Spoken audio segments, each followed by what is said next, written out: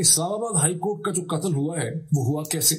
जो outgoing chief justice हैं जनाब आमिर फारूक साहब, जिनकी शख्सियत से आप सब वाकिफ हैं और जो सुप्रीम कोर्ट में एलिवेट हो रहे हैं, उन्होंने गुज़श्ता 24 घंटों में एडमिनिस्ट्रेटिव नोटिफिकेशन इशू किया, जिसके नतीजे में उन्होंने इस्लामाबाद हाई कोर्ट में एक मुकम्मल रीशफल कर दी।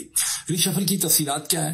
पहले तो उन्होंने सीनियरिटी लिस्ट चेंज कर दी, जहां पे सीनियर प्यूनी जज यानी चीफ जस्टिस के बाद जो सबसे सीनियर जज थे वो मोहसिन अख्तर कियानी साहब थे, लेकिन अब वो सीनियर नहीं रहे। उसकी जगह लाहौर से आने वाले जो सरफराज डोगर साहब हैं वो अब सबसे सीनियर हो गए। मोहसिन अख्तर कियानी नंबर 2 हो गए हैं। मियां गुल हसन औरंगजेब जो है वो नंबर 3 हो गए हैं, और उसके बाद मेरा ख्याल तारिक महमूद जहांगीरी जो है वो नंबर 4 हो गए हैं। दूसरी उन्होंने तब्दीली की कि उन्होंने कमेटीज जो हैं 2 उसमें भी रद्दोबदल कर दिया है, और दोनों ही कमेटीज में जो रद्दोबदल किया है वहां से मियां गुल हसन औरंगजेब को और मोहसिन अख्तर कियानी साहब को खारिज कर दिया गया है, और उसकी जगह जो सिंध से सोमरो साहब आए हैं और जो लाहौर से डोगर साहब आए हैं उनको उसके अंदर डाल दिया गया।